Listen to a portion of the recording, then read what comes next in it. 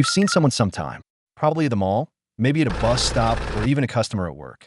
You want to talk to them, but your head tells you otherwise. And every time you muster the courage to blurt out a word, you hold yourself back again. And you start thinking, what if I say something stupid? What if they walk away? You tell yourself it's not worth it, and you walk away. And you regret it for the rest of the day. Isn't that sillier? Imagine this for a moment. You're seated in the front row of a wedding. People are dressed nicely. Kiri's End of Beginning playing in the background. Great atmosphere, really. And you're just sitting there vibing, but honestly kind of bored. Then someone walks in. They look so good, clean, and attractive. And they sit right beside you. You pretend you didn't notice, but you noticed. Then they say, "Good morning," with a small smile as they adjust their clothes and settle down. And then they turn away like nothing happened. Now you're sitting there frozen because you don't know what that greeting means. Was it just politeness? Was it an invitation? And now you're battling with yourself because you want to talk, but you don't want to be that guy. You don't want to look desperate. You don't want to look like you're forcing a conversation. So you sit there overthinking. Your mind starts whispering, what if they're just nice? What if they ignore me? What if I say something and they regret greeting me? The funny thing is they're right there beside you, and you're acting like you need permission to talk. You see, here's what you do in moments like this. Don't jump into flirting. Don't ask for their number. You don't say something intense. You start with the safest bridge in the world, the environment. You don't need to think about abstract stuff. You lean slightly, and you say something simple like, songs like this always do the trick for weddings.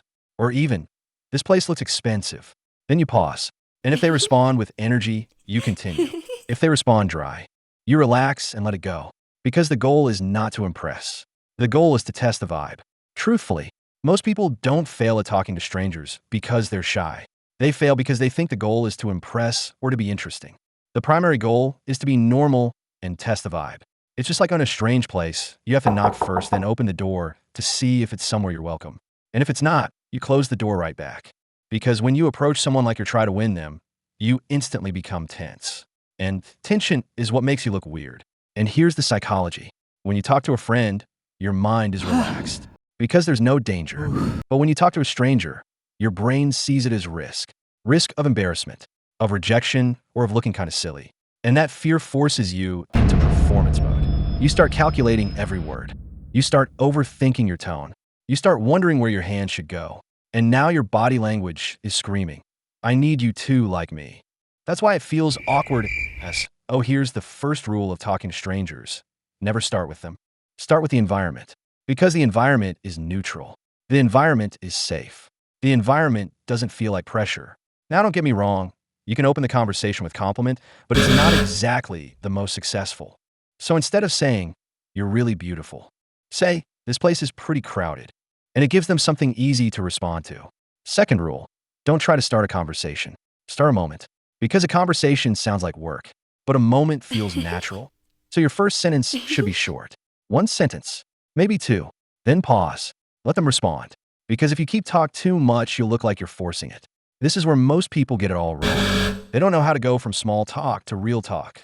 So here's the smoothest transition. After they respond, ask a simple follow-up question.